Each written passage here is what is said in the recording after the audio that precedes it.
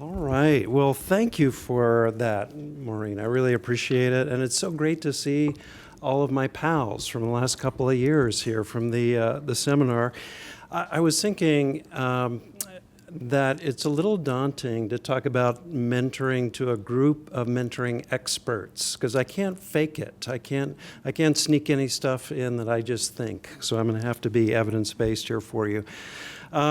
I want to begin by just kind of giving you a sense of what we're going to be looking at here in this conference. And it's really pretty exciting. On the plane today, I was looking at all the stuff on the conference itinerary and thinking there's going to be a lot of interesting things. So for mentees, that's one of the things our seminar teams have been looking at. What's going on with mentees at the undergrad level? So we're going to hear about salient best practices from a mentee's perspective. One group's going to talk about that. We're going to hear about underrepresented groups in terms of mentee experience. How about building mentee tenacity? I don't know who's doing that, but I'm going to that one. That one looks really cool. Social capital, identity formation for mentees. And then what about mentors? We've got a group that is going to tell us about salient best practices of mentors. We're going to hear about award-winning mentors. How about preparing future mentors? A few of my comments today are going to have to do with who's really got the makings of terrific mentorship, and how do we choose those folks? And so I think it's an important question. Where does mentoring fit into one's developing career? That's an interesting sort of developmental question for faculty. So we're going to hear about that. Models of mentoring we're going to hear a bit about. So institutional programs, we're going to hear about fellows programs, some interesting programmatic things. And then last but not least, undergrad mentors. We're going to hear a bit about leaders and what leaders need to know. So what about the motivational sorts of barriers to being a good mentor? What are the costs associated with that? And then how do you support this? How are you going to support your faculty who are doing great work? So I do want to just make a comment about this acronym. This is a seminar on excellence in undergraduate research mentoring. And during the first summer here, we realized, it's a little broader. It's not just research in sort of the empirical sense. So we want to think about mentoring students in scholarship more broadly. Remember the humanities. We want to think about arts and music and other areas where faculty are mentoring. So here's the acronym. It's very unfortunate. It's ERSQA. I'm sorry about that. And so one of my challenges for you over the next 24 hours, if any of you can come up with an acronym that's more pleasing to the auditory palate, I'll really appreciate it. So for now, it's the acronym that shall not be named, but that's what we have. I guess I was thinking we're going to be heading down to the poster session, and if you haven't been in this great room where the poster session is, it's very much kind of Hogwarts-like, and I've always wanted to be Dumbledore, so I thought one of the things I get to do is just sort of say, let the mentoring feast begin for this conference. And so a lot of interesting things on the palette. We're going to really kind of get into that in the next 24 hours, so this is really a way to kick things off. I do, now if you look in any of the literature in organizations and business and certainly in education, people are talking about mentoring. And I think college students more and more are maybe coming to college with an expectation that some mentoring will happen. We're going to look at some literature that calls that into question in terms of whether it actually does happen. But I think more and more mentors are wondering, or mentees are wondering, am I going to have a mentor and why do I need one? And so I want to address that in these early comments to you and just talk a little bit about what we know. What do we know so far about mentoring? And a lot of our research teams have really kind of contributed to this over the last couple of years. There was the Boyer Commission, many of you are familiar with, and one of the things Boyer concluded was that students who participate in undergraduate, mentored undergraduate research experiences are more confident researchers, are better able to digest research and then sort of apply it. They're better communicators, and they have a better sense of where they want to go. And mentoring seems to contribute to all of those things. When you dig down a little deeper into the mentoring research, specifically with undergrads, you find some very, very consistent outcomes. Excuse me. Mentored students just do better. You'll find an actual correlation with GPA and academic performance for people who report being mentored. You'll find mentees reporting very clear and more elevated expectations for what they're going to achieve and what they're going to do in college. Many deans and provosts and presidents are concerned about attrition, of course, and we find that mentored students tend to hang in there. They stay to graduation, and they have a stronger bond with the institution. So if you're a college president concerned about donations, mentoring might be one of the ingredients in creating a fairly loyal group of alumni. They're more engaged with their profession down the road. That can mean being involved in professional organizations, taking leadership roles. They have a stronger sense of identity. They produce more. And this often comes in the form of collaborative papers and publications with faculty, but you find a very clear kind of connection here. If any of you are interested in career eminence, so talk about the Nobel Prize. Harriet Zuckerman did a really interesting study of Nobel Prize laureates and found that in the sciences, American Nobel laureates, roughly half had been mentored by a prior Nobel laureate. And she describes it as a process of social heredity. You know, that's really where kind of greatness in one's field gets transmitted and passed on, often in a really connected mentoring relationship. And then, not least, well-mentored students, it turns out, end up doing more mentoring themselves, both with other students, peer mentors, and later on in their career. So they're more likely to be active mentors, and that matters for us. The National Science Foundation is concluded, after looking at much of this literature, that mentoring is not only great writ large, it's especially important for people of color, for women, for first-generation college students, for people that may be power disadvantaged in different ways. And so mentoring also levels the playing field in different ways in terms of culture. Let's start with a definition. I think we always need to put a flag in the ground and talk about what we mean by the term and the main focus of this conference, so mentoring. And I'll just offer a brief definition here. Mentoring is really first and foremost a relationship, and I think you're going to see most of my comments tonight addressing the relationship aspect of mentoring. And we'll talk about the nuts and bolts, but we want to remember the relationship. And the mentor does a number of things, and I'm going to share a few of those with you, a number of career functions, a number of psychosocial functions. And often it's a more experienced person. Certainly you see that with faculty. There are many mentorships that are between peers, or occasionally someone's mentor may be a little younger, and you find that often in graduate students coming back maybe after a prior career, or even undergrad students. So usually it's somebody more seasoned in the field. So one of the things that comes up is this question, and I think we have to wrestle with this one a bit honestly. What about advising? What about research supervision? Those are other terms we use. I just want to plant another flag, and I want to suggest to you that being an advisor has nothing to do with being a mentor, and that you may, if you're advising a student, end up developing a mentoring relationship with them. You may not. And we're going to look at some unfortunate data from a large group of recent undergrads that would suggest that most often, an advisor doesn't become a mentor, at least from the perspective of the student. And I think we can maybe conclude the same with research supervision. Some of those relationships will become very connected mentorships, others will not. And so when you're thinking about, well, what's the difference between mentoring and advising and research supervision, I want to suggest to you, and I'm planting another flag here, we're talking about a quality of relationship. We're not talking usually about a different kind of relationship. We're talking about a relationship with a student that's moved farther down a certain continuum, relational continuum. I've become more bonded trust is developed, I've become more committed to that student, and before long, we've got a more engaged relationship. And I just want to suggest that's not going to happen in every relationship you have with a student, and I think we have to be honest about that. I think the data supports that. And then, I think if you look at the literature, one of the frustrating things our research team has experienced in the last couple of years is that often people don't define these terms very differently. So sometimes you're really looking at a study about advising or research supervision. It really has little to do with mentoring, but mentoring is right there in the title, and that's part of the confusion I think we have with the field.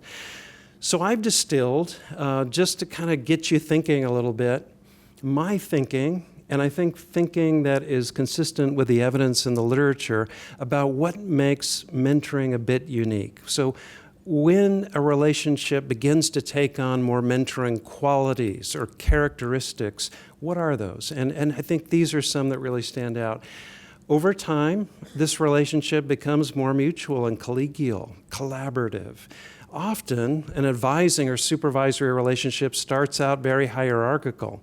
I'm going to tell you what to do, and you do it. And we have some very defined roles. You turn in your assignments. I'm going to evaluate you. Occasionally, when a relationship is really positive, it becomes more collegial.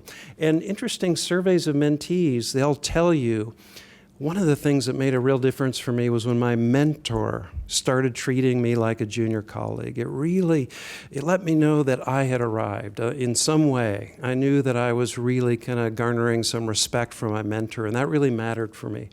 A mentor begins to really deliver both career advice and the psychosocial. So how are you doing? I check in with you. I'm concerned about your life beyond just the classroom or the research project. So I'm concerned about you writ large. I want you to do well in your career and certainly in your research, but I have broader interests in you. I start to become a bit more deliberate about role modeling. When I really enter into a mentoring quality sort of relationship, I'm often very deliberate about making sure my mentees get to watch me do things, and I'll invite them to do that, and they'll become sort of part of my typical work activity. Usually these relationships, from the mentee's perspective again, will become a safe place, however you define that. As trust develops, as a working alliance develops, I feel like I can trust you as my mentor to share some things about what I'm going through, maybe share some real ambivalence about even being in college or, other identity kinds of things that might be going on. This becomes a place where I can do that. And a mentor, I think, really has to take that part of his or her role seriously. I become interested in a transformation of my mentee's identity. I do want them to see themselves more as a very capable junior colleague, and I'm going to work to do the kind of affirmation that's often required for them to do that. And then don't be shocked when these relationships continue long term. Think about if some of you in this room have had a really terrific mentor experience during your own education, and that person's still alive. Is that somebody you could call up tomorrow if something big came up or you needed something? And often the answer is yes. Even if we don't talk for years, I feel connected to my mentors, and there's some kind of ongoing relationship. I was involved in a study of retired living Navy admirals a number of years ago, and we asked them, did you have a mentor? Sure enough, almost all of them did. And we asked them, when did it end? And the most common answer was, he died. He eventually passed away. That went 20 years, 30 years. We didn't talk all the time. We were stationed in different places, didn't see each other. But I just had a sense that he was in my corner. It was almost always a male admiral. So we're talking about all the terrific things related to mentoring and why this should happen a lot and why it's so important. And I think we all agree about that. Now we got to look at the sobering evidence. So last year at this time, we were talking about this brand new study that had just come out, the Gallup Foundation study. 30,000 undergraduates were surveyed, all recent college graduates. And one of the questions, or a couple of the questions, had much to do with mentoring. And you can see this. So 30,000 students, only 22% said they had a mentor who encouraged them to pursue their goals or dreams. maybe even more heartrending, only 27% thought their professors cared about them at all. So this doesn't jibe, I think, very nicely with our sense that we're doing a lot of mentoring at the undergrad level. I think that's maybe not happening as much as we would like it to. All the more reason for us to be here today talking about this. Interestingly, in response, it was kind of fascinating to watch what was going on at Purdue University when the data came out. Apparently, the Purdue numbers were especially not so impressive. And so I don't know if it was the college president or the provost, somebody at Purdue who had the authority to do it, said, okay, what this means is from now on, starting right away, when faculty come up for promotion and tenure, part of the assessment of whether they get tenure is, are you really engaged as a mentor to undergraduate students? Sounds kind of reasonable, that you would show some evidence that you were fairly effective as a mentor to undergrads. It didn't go so well with the faculty when they saw this. They didn't appreciate it for some reason. And I think there were probably lots of reasons for that. It did sound a little bit to the cynical outsider, like their faculty were stamping their feet saying, how dare you make us have caring relationships with undergrads? And I know that's not the whole story. But I think that moment, and just watching what was going on at Purdue clues us in a little bit in terms of where we are. And one of the questions it raises is, how are we rewarding faculty? And I served not long ago 4 years on the Naval Academy's Promotion and Tenure Committee. And when we would hear that a budding assistant professor was a really good mentor, around the table as we were discussing it, I think the modal response was, well, that's nice. That's really nice. But if they weren't publishing and if they weren't getting terrific teaching evals, forget it. It wasn't going to help you. So it tells you, I think we have some cultural work to do in terms of where the rewards lie. All right.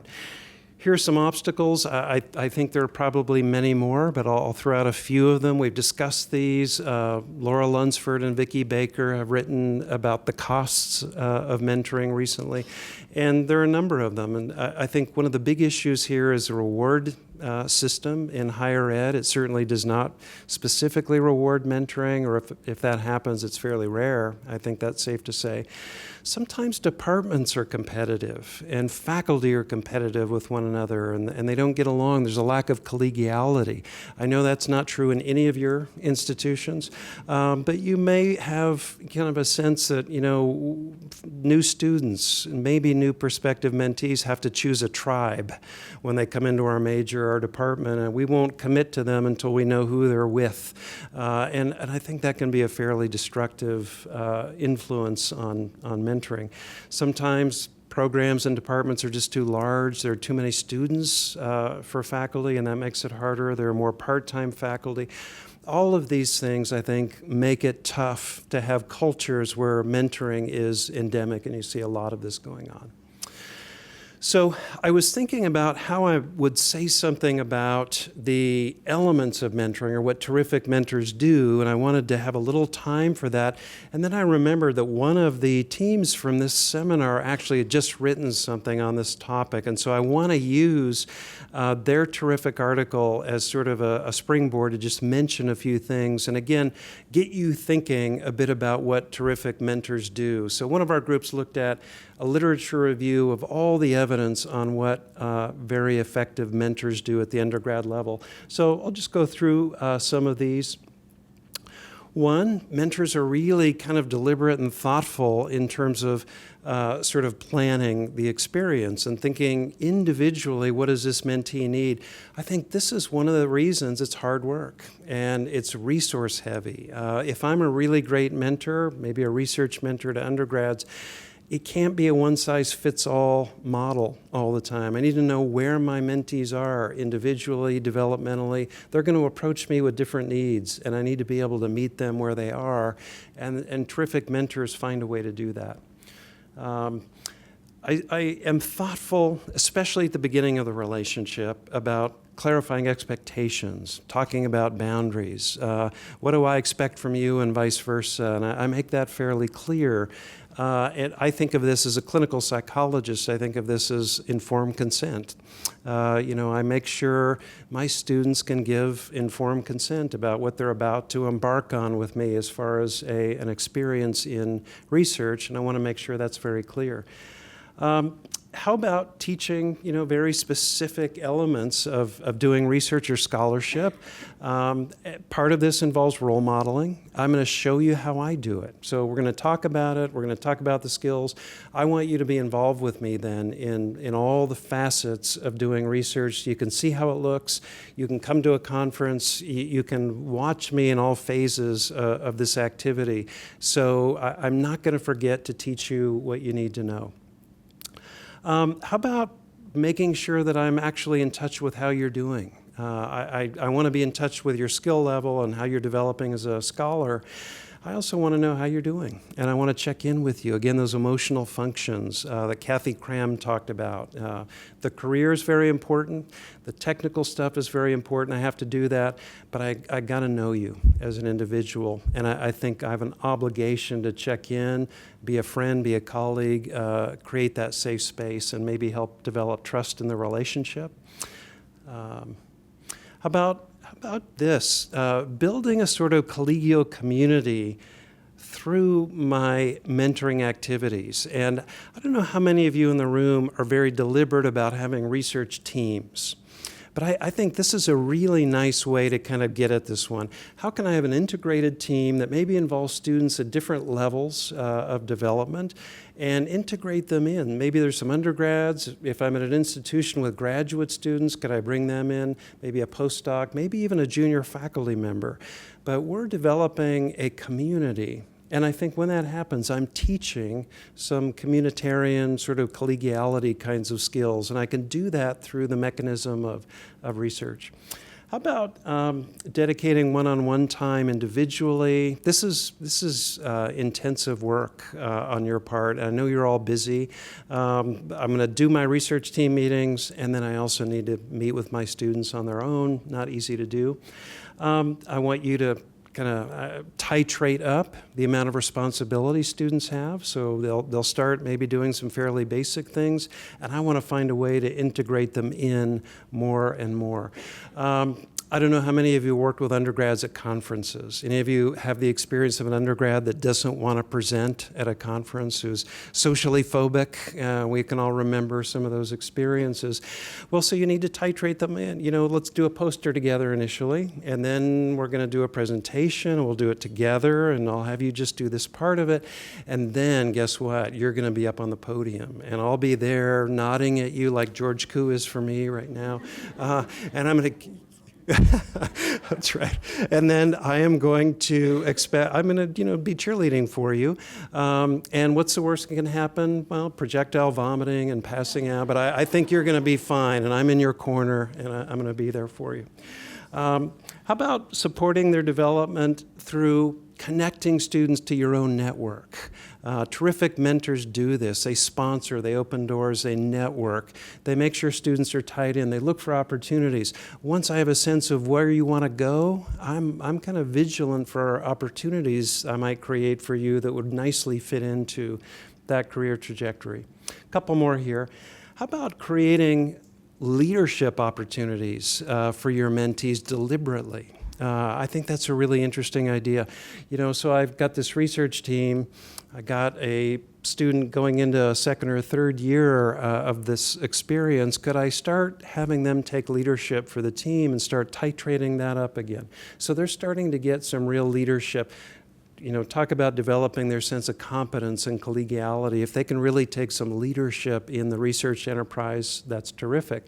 And then last, encourage students to have these moments where they get to do some dissemination, publication, presentation, other things. So I like these 10. I think if you had kind of 10 things that terrific research mentors do, this is a nice place for us to start. I want to add a couple more. And these are two that I've been thinking a lot about lately, and I just would like to kind of commend them to you as things you might want to ponder a little bit. So Belle Reagans has been writing some really interesting stuff. Belle Rose Reagans is a luminary in the mentoring field, and she's been writing some things that I resonate with. She's come up with this notion of the relational skill sort of cache that comes from a good mentoring relationship. And Reagan says that if I'm somebody with pretty good EQ and relationship skills and I'm committed to my mentee, one of the things I'm doing when I'm mentoring is passing on a set of good relational skills to my mentee. I'm modeling that for them. I'm showing them how to do that and how to be collegial. And when you do that, Reagans would say that you're actually arming them with the relational skills they're going to need to be very successful as they move forward. And I think that's a nice kind of part of mentoring, and I want to just kind of encourage you to think about that a little bit. That might change, who you as an academic leader decide to have be a mentor, I suppose. You'd have to have that conversation. But creating a relational cache, I think, is very interesting. And then before I have you engage in a little experience here, I want to bring us back to someone we haven't talked enough about, I think, in recent years, and that is a developmental psychologist, Levinson. Levinson's theory of adult development has been very influential. Levinson, you may remember, wrote the book Seasons of a Man's Life, Seasons of a Woman's Life. One of the things Levinson says is that a major task of early adulthood is to develop a dream. He calls it a dream, and I think that's a nice sort of term for it. What that would mean is your fledgling college students that you're working with in scholarship supervision of some sort are sort of working to kind of think about, who do I want to be? If I sort of imagine the best possible life and career outcome for me, what would that look like? And remember, these are young folks, or they're early adults. This may not be clear to them. And Levinson's model suggests that a really terrific mentor helps the mentee figure this out a little bit. I want to help you through our relationship and creating a safe space and giving you permission and asking you the right Socratic questions at the right moment, help you to begin to articulate what's the dream look like for you. And then I want to champion that. Once we figure out what it is, I want to champion it. I was reading I don't know if you've read Stephen King's book On Writing, where the novelist talks about how he writes.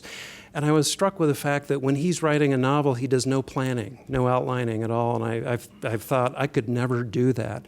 But he says, no, for me, writing a novel is really kind of archaeology. I kind of just, my job is to unearth the story. I just kind of follow the leads and figure it out.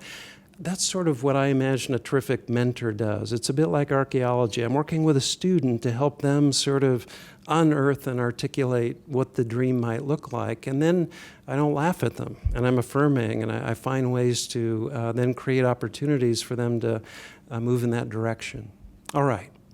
So I thought that this wouldn't be a very fun mentoring conference if you didn't get to do just a tiny bit of mentoring. And so I'm going to ask you to do something that might seem kind of weird to you, but it's speed mentoring. And I'm only going to give you 2 minutes to do this. And what I'm going to ask you to do is, I've just talked about the dream, and I'm going to ask you in 1 minute just to jump up and look around the room, because there are, I'm guessing, a number of people you don't know. I'd like you to pick someone you don't know and just go find them. It's like speed dating, but not creepy, like speed dating would be. And once you find somebody, I'm going to say go, and I'm only going to give you about 1.5 minutes. And I'd like you to ask that person, tell me right now at this moment, even though many of us are more seasoned and grayer in the room, what does your career dream look like? And if you're at the tail end of your career, it might look like real estate or romance novels or something else. That's fine. And I'd like you to then, as a mentor, be affirming of that and say, okay, how are you going to get there?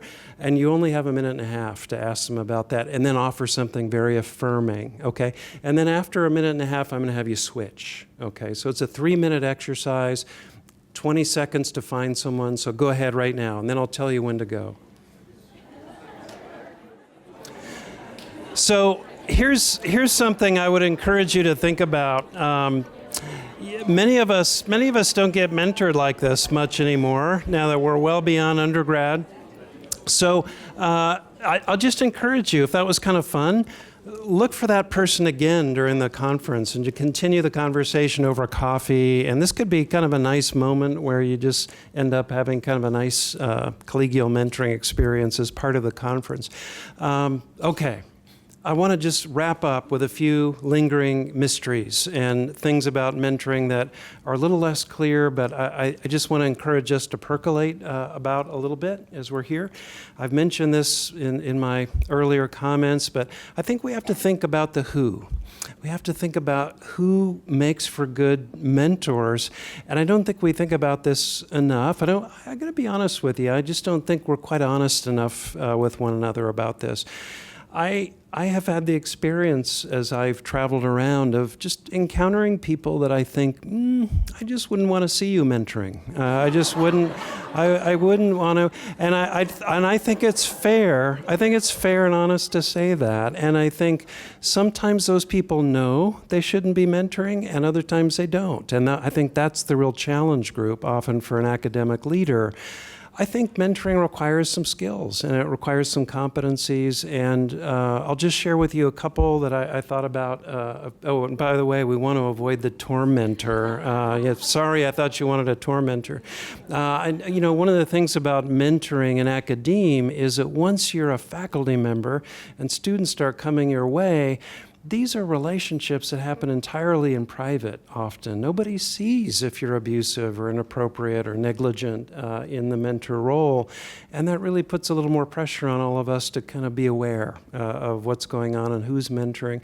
I think it's an erroneous assumption to assume that anyone who has a doctorate can mentor folks. And I think we have to kind of think about, well, then what are the ingredients? And we should think about this when we're hiring people. I would prefer that we do it at that moment, not later on when there are problems. Here are just a few things I thought about years ago. I had kind of a triangular model. I think that there are some virtues that terrific mentors have. They're caring, they're prudent, they have integrity. I would like to see those things. I think there are also some abilities, and I don't think these are things we teach people once they're adults. So I don't think we teach EQ very well, or emotional intelligence and communication skills. I think some people just don't have that in their spectrum of skills. Now, they may be wonderful, wonderful scientists, for example, and yet not be very good in relationships. And I think we just have to acknowledge that and maybe find other things that they can do. And then, of course, we have all the micro competencies. And as Schwarzkopf said, if mentoring is a combination of strategy and character, give me character. I would rather have that. And by the way, I just swiped his quote. It was on leadership, but I put mentorship in because I think it's kind of the same idea for me. So here, just a couple comments about terrific things that mentees will tell you when they're describing their really good mentors. These are some of the things they talk about. And you see this in the literature, not just in education, but you see it in other studies. And these are fairly consistent. So warmth, patience, who wouldn't want that in a mentor? Communication skills, a caring orientation. I seem to really enjoy seeing you and kind of finding out how you're doing. Certainly they're ethical, good role models for their profession. They're accessible. I don't know if this one is a challenge for some of you. We know the literature on college professors suggests they're very introverted in terms of personality. So running off to find someone to mentor is often not what they think about when they get to work in the morning. This may be harder for them. I think I shared with the group in the seminar, I had a professor who was just terrific as a teacher when I was in college. We all wanted to talk to him. He was so interesting. And you'd go to his door, and his colleagues knew him so well, they'd given him a placemat for outside his door. So you'd be about to knock and look down, and it said, "Is this visit really necessary?" and it just so defined him as a profound introvert. And so I would say, let's not have him mentor. He's not a good, I think it's going to be a challenge for him. Okay, and I think some of these others are straightforward. I want to just give a nod to the whole idea of collegiality and communitarianism. I don't think we talk about this enough in academe, but the whole notion that for me comes from Ubuntu African philosophy, that I'm really only somebody and I'm really only competent and I'm really kind of okay through colleagues, through other people who know me and care about me. And I just sort of challenge all of us in the room to kind of think about how we model those things to people we're mentoring, our undergrad students. This is the place it would begin. If they're going to sort of understand collegiality that way, I think it happens first in a mentoring relationship with a faculty member. And a couple things about multiculturalism, and I'll wrap up here. So a couple things about race and gender, what we know, what we don't know. There's often, some misunderstanding that I can't mentor someone who might be culturally different in some area because I'm not competent to do that, and they wouldn't want me to be their mentor anyway. And so what you have is this real disconnect between people who are culturally different. Maybe it's race, gender, sexual orientation, any variable. I tend to avoid them. And you do find lower rates of initiating mentoring relationships across culture. What you find when you look more carefully is when those relationships get started, they're just as effective as same culture relationships. So our challenge is, how do we get faculty members who may be majority group in some way to initiate relationships? And I think that's a challenge for all of us to kind of think through. Thomas's famous study at Harvard about, well, do we have to talk about our racial difference directly, or can we not talk about it? His study showed it really didn't matter as long as mentor and mentee agreed, as long as we're sort of on the same page with how we prefer to handle our cultural difference, then the relationship seemed to go very well. I also just want to commend to you the notion of cultural humility when it comes to mentoring. I think I have seen, as a clinical psychologist doing training of junior, maybe graduate student psychologists, people reluctant to do psychotherapy, for example, or counseling with someone who's culturally different because they're afraid that they're going to be unethical because they're not competent enough. So they stay on the sidelines. They don't enter in. I'm worried about faculty doing this as well. Well, I don't feel competent enough with that group, whoever it is. My suggestion is that we think more about cultural humility, less about achieving competence as though it's a one-time event and suddenly you're competent with that group, whatever it may be. I think that's a misnomer. Rather, could I be culturally humble and enter my relationships with students with an inquiring sort of approach, recognizing that I don't know a lot. I'd like to hear it from you. What's important culturally for you? Help me understand your experience. This is going to be a mutual learning sort of relationship. I think if we can do that more and talk less about being culturally competent before we mentor, we're going to do a better job of making sure everyone's getting mentored. And then something else I've been thinking about, the M word. This is an interesting idea. Should you as a college professor call yourself a mentor, to somebody who you're working with? And I would say that if you're paired in a mentoring program, that's okay. Both of you know you were paired, mentor-mentee. That means something different. But if a relationship is evolving, I think we need to be careful about calling ourselves a mentor to a student, and especially a culturally different student. Sometimes saying, I'm your mentor, may communicate something about ownership or power and control that we don't want to communicate and could be entirely unintended. So how about this? What if you do the work of being a terrific mentor and then wait for them to call you a mentor at some point and relish those moments when they happen? It's really nice when someone recognizes you as a mentor, but let's let our mentees do that.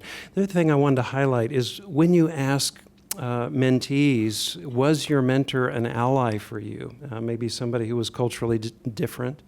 They'll often say, well, not so much. And when you ask the mentor, they'll say, oh yeah, I was an ally. And the disconnect seems to be in one part of being an ally. Not being prejudicial and being humble, that's part of it.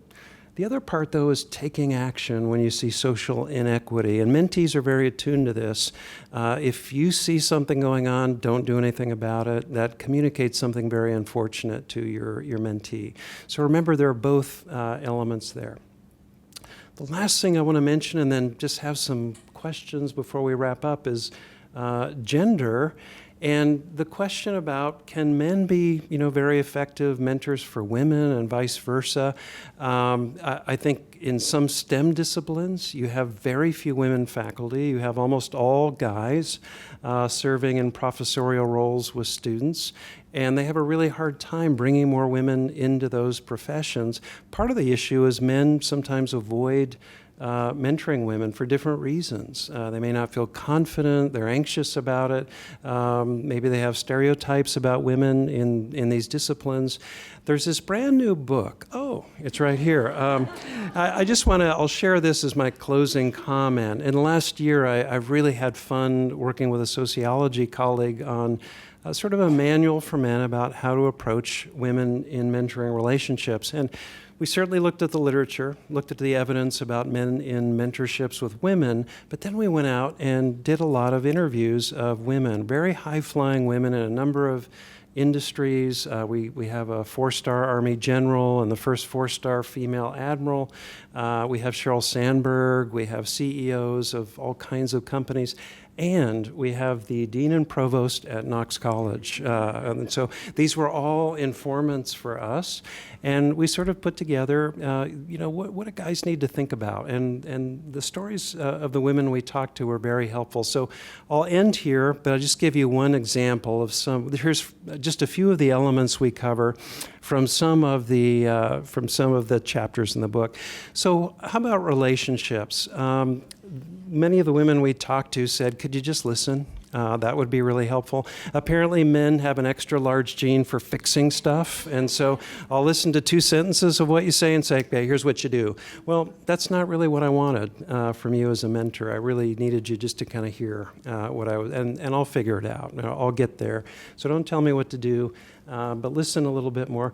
Don't make assumptions. Don't assume what I'll want because I'm a woman in this discipline. We interviewed Janet Petro at NASA, and one of her mentors was Robert Lightfoot. And we talked to Robert Lightfoot. He said, I got into real trouble with this early in my career. I remember being on a selection committee for a very high-ranking job at NASA. The top candidate far and away was a woman. As we're sitting at the selection table in the final meeting, we're all going around and I give my 2 cents. I said, well, this job requires a lot of travel and she just had a baby. I don't know if this is going to work. And luckily, a woman was sitting right across the table from him with dagger eyes who said, I think she knows it involves travel, and maybe she knows she had a baby. Let's let her decide that. And it's a good just lesson. Don't make gendered assumptions about what your students might want to do for a career, not want to do. Again, that archaeology metaphor, you need to get to know them and figure that out, but be careful about assumptions. Interestingly, being honest and direct was an issue. Several of the women we talked to said, my mentor pulled his punches. He was kind of gentle in a way that disadvantaged me. I saw him being very direct and clear with his male mentees, and it was helpful. They needed to have that correction, but for me, they kind of held back. And I thought that I missed out on some challenge and other kinds of things that I could have really benefited from. So guys have got to be aware of that. Affirming she belongs, often women, and I'm going to say in STEM disciplines or male-centric academic disciplines where you have very few women, may already feel like imposters. They don't think they belong here. Your job, a big part of your job, is to let them know they do belong, and no mistake was made in granting them admission, and you have to go out of your way often to do a bit more of that. I'll just jump down to the last. We'll certainly be attuned to outside perceptions. How does this look if it's a male-female relationship? We can't pretend that people aren't watching and we're not under a magnifying glass. That does tend to happen everywhere. And then the last one, it's okay if she cries. I was sort of surprised with this one. I wasn't expecting it, but several of the women we interviewed said, don't freak out if I cry occasionally, or if that just happens. Tears aren't toxic and you're not going to melt.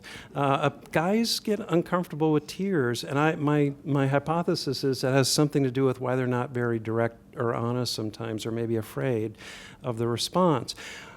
Last story, Dana Bourne, Air Force General, talked about this. She said, occasionally passion for me comes with tears, and when I get really passionate about something at work, well, I worked for a general at one point who saw me cry and he was clearly uncomfortable. He didn't know what to do.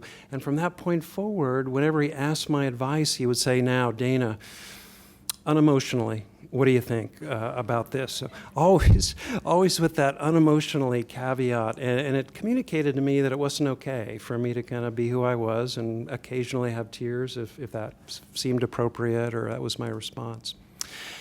Okay, so I'll stop there with gender. A lot more we could talk about, but do we have just a couple of minutes for interaction, or do we need to run down? What? Near wrap up. Okay, I'm being told shepherd's hook, get off the stage. So let the feast begin. I hope you enjoy your conference. Yeah.